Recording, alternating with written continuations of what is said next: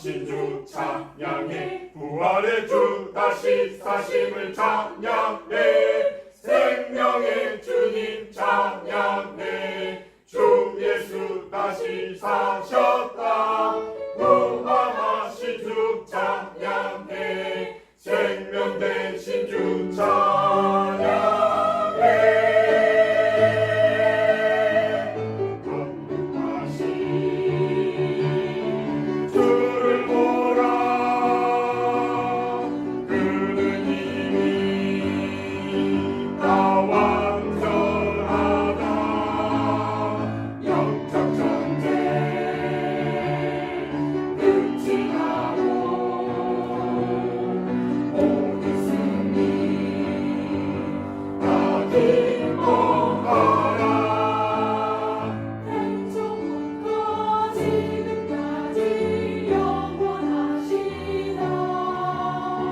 지금부터 영원까지 승리의 함성 사셨다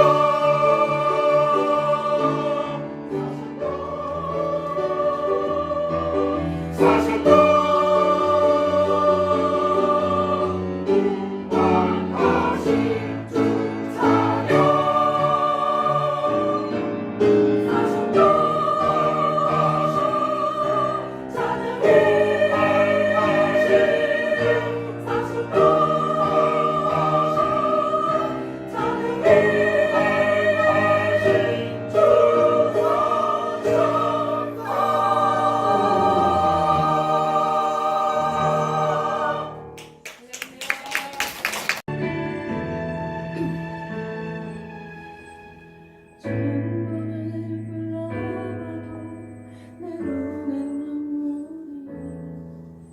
멈추지 않는 것은 자가의 그 사랑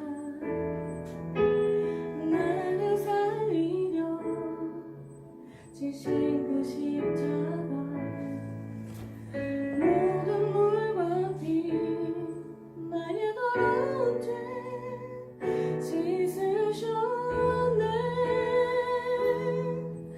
나를 향한 그 사랑 생명을 내어주사 영원한 생명을 내게 주심을 감사해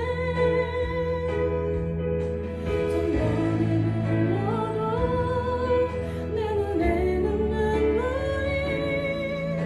멈추지 않는 것은 십자가의 그 사랑 나를 살리려 하늘 부져버리신 나를 사랑하신 분 그분이세요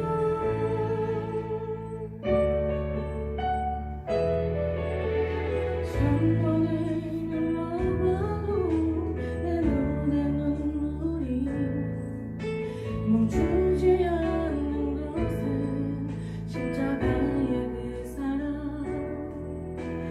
나를 살리려 주신 그 십자가 모든 물과 피 나의 더러운 죄 씻으셨네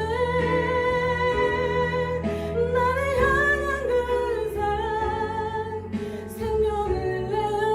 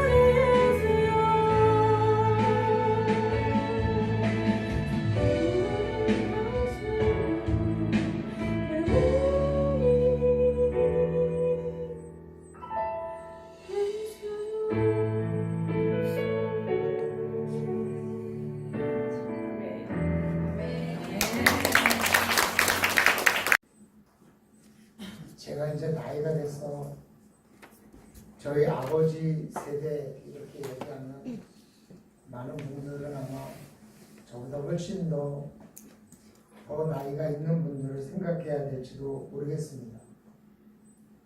그렇지만 저는 저희 아버지를 가끔 생각할 때 참 고생하셨습니다 하는 말이 제일 먼저 나옵니다. 왜냐하면 일제시대를 몸으로 담아내셨고 해방과 더불어 자유민주주의와 공산주의의 이념전쟁 틈에서 정말 많은 고생을 했습니다. 공산주의를 빨갱이로 물고 자유민주주의 진영과 공산 진영이 서로 나뉘어서 서로 싸웠는데 특별히 이 지역은 그런 피해를 극심하게 본 지역이라 볼 수 있습니다. 그렇지만 북쪽 공산주의는 전쟁을 일으켜서 남쪽도 공산화하려고 해서 6.25 전쟁이 일어났는데 전쟁이 끝나고 폐허만 남은 조국에 한 손엔 삽을 들고 한 손엔 총을 들고 싸웠습니다. 삽을 들고 가난과 싸우고 총을 들고 공산주의와 싸웠습니다. 그래서 폐허가 된 이 나라를 세우는 주역들이 바로 우리 부모님 세대입니다. 제가 얼마 전에 혹시 기회가 된다면 무엇을 하고 싶으셨습니까? 이렇게 물어봤을 때 우리 아버지가 내 누님이 나를 보면서 앞으로 이 아이가 뭘 하면서 살아가면 좋을지에 대해서 한 번쯤 생각해 보았었더라면 어땠을까 하는 생각이 든다. 그런 얘기를 했습니다. 왜냐하면 저희 고모님도 목회자 가족이고 자녀가 5이었기 때문에 저희 아버지가 그 집에 같이 살면서 월급 생활을 하면서 월급이 전부 우리 고모님의 가족 5 식구 살리는데 다 들어갔기 때문에 우리 아버지는 그걸 갖고 뭘 할 수 있을까라는 생각보다는 그저 한 달 손도 만져보지 못하고 월급 다 글로 들어가셨다래요. 나라가 세워질 때쯤에는 독재 정권 앞좌 앞에서 많은 사람이 눈물을 흘리며 안타까워하며 체류탄 연기에 정말 눈물 콧물 흘리며 저도 젊은 시절 직장을 다니고 했습니다. 라디오가 신기했던 분들이 TV를 보게 되고 그 TV가 칼라로 나오는 변화가 있었고 컴퓨터라는 기계가 등장해서 집집이 컴퓨터를 넣고 그 컴퓨터를 만질지 모른다고 구박받으며 사는 세대가 우리 부모님 세대입니다. 한동안 전화기도 흑색 전화, 백색 전화에서 전화기 있는 집이 대단한 부자처럼 인식이 됐지만 어느 날 갑자기 BP가 생기고 CT폰이라고 생겨서 공중전화 옆에서 전화하는 그런 전화기를 들고 다니다가 또 휴대폰을 갖게 되고 지금은 전 국민 대다수가 스마트폰을 가지고 있는 상황이 되었습니다. 그래서 옛날에는 TV가 있는 집에 드라마를 보러 가면 또 아이들은 돈을 챙기기도 하고 먹을 걸 챙기기도 하고 저도 저희 할아버님 댁에 TV가 있어서 제 친구들이 저를 따라서 우리 할아버지 집에 가서 TV를 봤던 기억이 납니다. 어디 그 뿐이겠습니까? 양잿물로 머리를 감다가 빨래비누로 감다가 다이얼 비누가 나오고 샴푸가 나왔어요. 어느 날 저희 아버지가 샴푸를 얼굴에 바르시는 거예요. 그거는 얼굴에 바르는 게 아니라 머리 감는 데 쓰는 거라니까 그러냐고. 비슷하게 생겨서 그게 뭔지 모르시니까. 근데 또 하루는 그 면도할 때 거품 나는 면도 크림 있잖아요.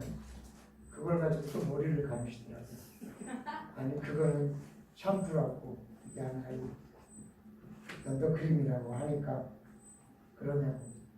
정말 우리 부모 시대는 계속해서 새로운 게 나오고 계속해서 변화하는 세상에서 정말 그 변화에 몸담아 가느라고 굉장히 많은 어려움을 겪으면서 또 그런 상황 속에서도 삶을 살아내신 그런 경험을 하신 분들입니다. 근데 이제 은퇴를 앞둔 그 어른들에게 정부가 이런 부탁을 하고 있습니다. 저희들의 모델이 되어달라는 겁니다. 왜냐하면 아직 우리나라가 은퇴하고 삶을 어떻게 살아야 되는지를 살아본 세대가 없어요. 왜냐하면 경제개발의 첫 세대니까 이분들에게 은퇴를 하고도 좋은 삶을 살 수 있고 은퇴를 하고 굉장히 많은 시간을 살 수 있다는 모델이 되어달라는 주문을 하고 있습니다. 제가 은퇴자 진로상담 센터에 가서 교육을 받았는데 정부에서 하는 얘기가 뭐냐면 그거예요. 지금 은퇴를 하시는 분들, 이미 은퇴를 좀 일찍 하신 분들은 한 10년 정도 전에 은퇴하신 분들에게 진로상담 교육을 제가 해야 되는데 뭐라고 하느냐, 당신들은 지금까지 늘 변화에 익숙해 있고 그 변화를 선도해 주셨습니다. 이제 한 번만 더 여러분의 자녀를 위해서, 여러분의 후배를 위해서 한 번만 더 모델이 되어 주시기 바랍니다. 무슨 모델인가? 은퇴 후에 오랜 시간을 살아야 되는 첫 세대로서 은퇴 후에 어떻게 살아야 되는지에 대해서 우리들에게 가르쳐 주시고 살아보시고 그 답을 주세요. 그렇게 강의를 하라고 저에게 부탁을 하는 거예요. 그 교재를 보면서 참 잔인하다라는 생각을 했습니다. 지금까지 그렇게 변화에 힘들게 적응해 오셨으니까 이제는 좀 쉬세요가 아니라 심지어는 은퇴 후의 삶조차도 또 모델이 되어주고 또 새로운 개척을 좀 해달라. 그리고 후배들에게 얘기해달라. 이렇게 살면 된다. 이렇게 살면 안 된다. 얘기해달라니까 이거는 은퇴하고도 또 고생을 하라는 얘기잖아요. 또 새로운, 네? 지금까지는 60이 되면 회갑잔치하고 다 만세 불렀는데 이제는 80이 돼도 팔순잔치도 못하고 계속 뭔가 경제활동을 해야 되고, 그래서 이제까지는 돈을 벌려고 애쓰셨지만 이제부터는 돈을 버는 게 아니라 당신이 살고 싶었던 삶, 또 당신이 하고 싶었던 삶을 살면서 얼마나 행복할 수 있는지 보여달라. 이렇게 강의를 해달라고 교재를 줬습니다. 여러분, 어떻게 보면 우리는 모델이 필요한 세대에 살고 있는 것 같습니다. 그래서 은퇴 후에 어떻게 살아야 되는지에 대한 모델이죠. 저는 우리 교회에 오니까 우리 원로 목사님이 계시는데 우리 원로 목사님이 저에게 은퇴 후에 이렇게 살아야 된다라는 모델을 아주 잘 보여주시는 것 같아서 제가 잘 배우고 있어요. 잘 보고 있죠. 오늘은 주변에 있는 예당교회 담임 목사님이 안 계셔서 그 교회 이제 예배 인도하시느라고 함께 못 오셨지만 일주일 내내 바쁘세요. 그런데 돈을 버느라고 바쁘신 게 아니라 봉사하고 섬기느라고 바쁘신 거예요. 얼마나 좋은 모델인지 모르겠습니다. 그래서 이 모델이 있다는 것은 굉장히 좋은 겁니다. 무엇이든지 처음 하는 사람은 혼란하고 두렵지만은 앞에 해본 사람을 쫓아가는 것은 너무 쉬운 거죠. 견본이 있으면 고치기도 쉽고 더 잘 만들 수도 있어요. 그런데 처음 견본을 만드는 사람은 너무 힘든 거죠.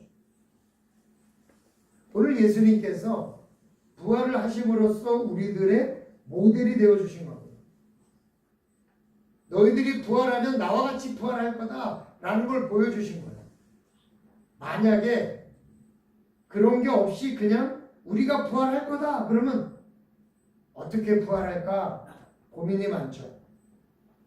그러나 예수님께서 부활의 모델을 보여주셨기 때문에 우리가 그 부활에 감사하는 것은 우리도 저렇게 부활하겠구나 라는 소망을 가질 수 있고 그 마음을 갖게 된다는 것입니다. 그러므로 오늘 부활주일의 예수님의 부활은 우리들의 모델로서 앞서 가신 예수님의 모습을 생각할 때 우리가 그 모델을 따라서 죽은 후에 다시 살아날 것이라는 소망을 가질 수 있는 것입니다. 그러므로 부활은 첫째로 죽은 후에 다시 살아날 것이라는 모델이 되신 예수님을 따라간다는 의미가 있습니다. 예수님이 살아나신 것처럼 그런 모습으로 살아나실 것이라는 모델이 있습니다. 부활하신 예수님을 마리아가 알아보지 못했습니다. 엠마오로 가는 두 제자가 예수님과 함께 부활하신 예수님과 함께 걸어갔지만 예수님을 알아보지 못했습니다. 그래서 부활의 모습이 죽을 때 바로 그 모습은 아닐 거라는 예측이 가능해요.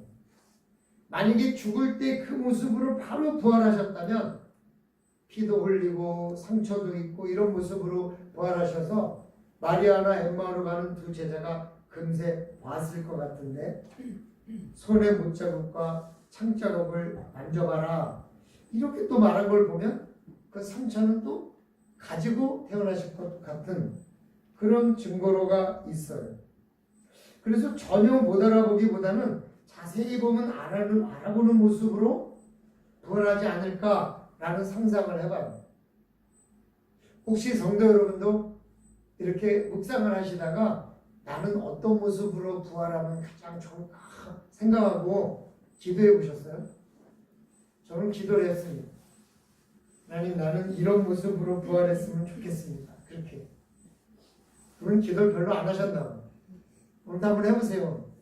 그럼 또 그렇게 부활할 줄 알지 않습니까? 주일학교 학생들에게 네가 만약에 부활을 한다면 어떤 모습으로 부활을 했으면 좋겠는지 상상을 그려보라고 제가 그랬어요. 그랬더니 아이들이 참 그렸는데요.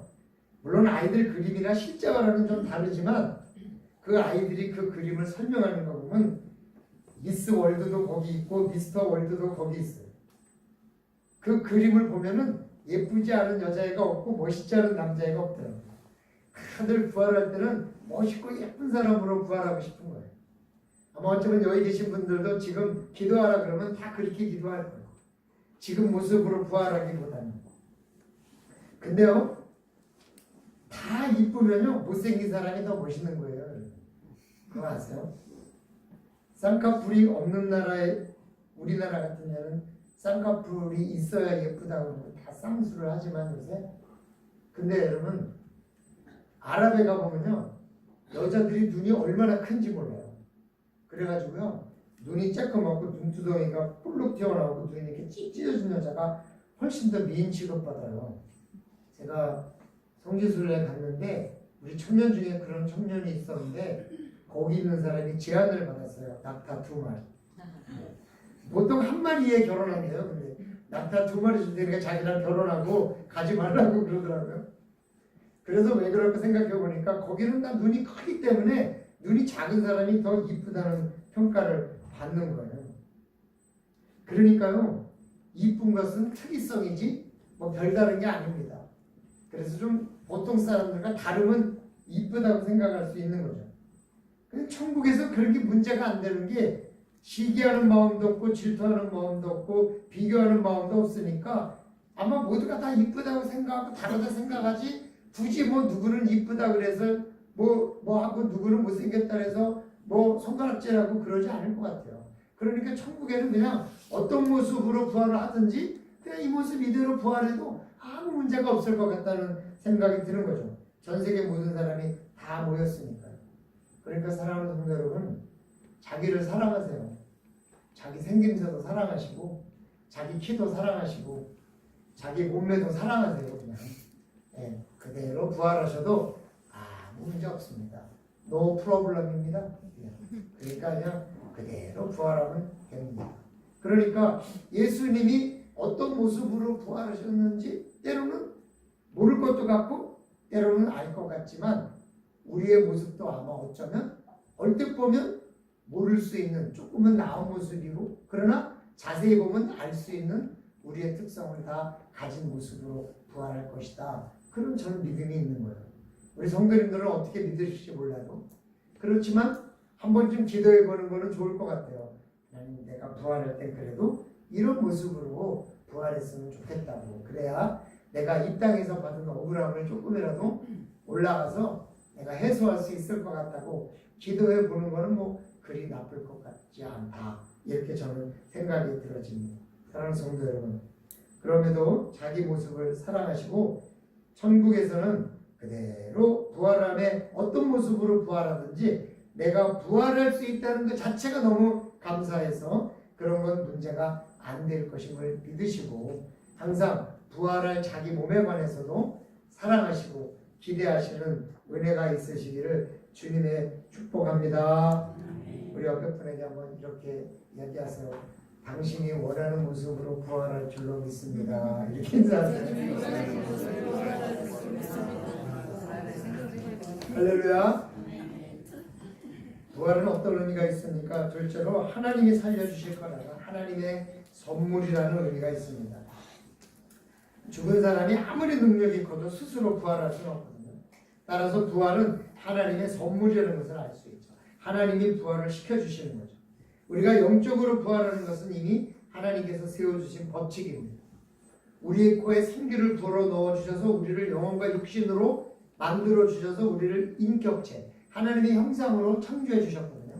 그래서 끝나면 영혼은 도로 하나님에게로 다시 되돌아가고 온대로 흙에서 돌아온 우리의 육신은 다시 흙으로 돌아가는 게 하나님의 법칙이기 때문에 우리가 죽으면 그냥 부활하는 것은 굳이 노력을 하지 않아도 부활하는 거예요. 다만 영벌로 부활하느냐 영생으로 부활하느냐 그 차이가 있을 뿐이지 그게 뭐 특별한 일은 없다는 것입니다. 그러므로 사랑하는 성도 여러분, 우리의 부활은 하나님의 선물이고 너무나 당연하게 받는 하나님의 법칙입니다. 그러니까요, 부활을 염려하지 않으셔도 돼요.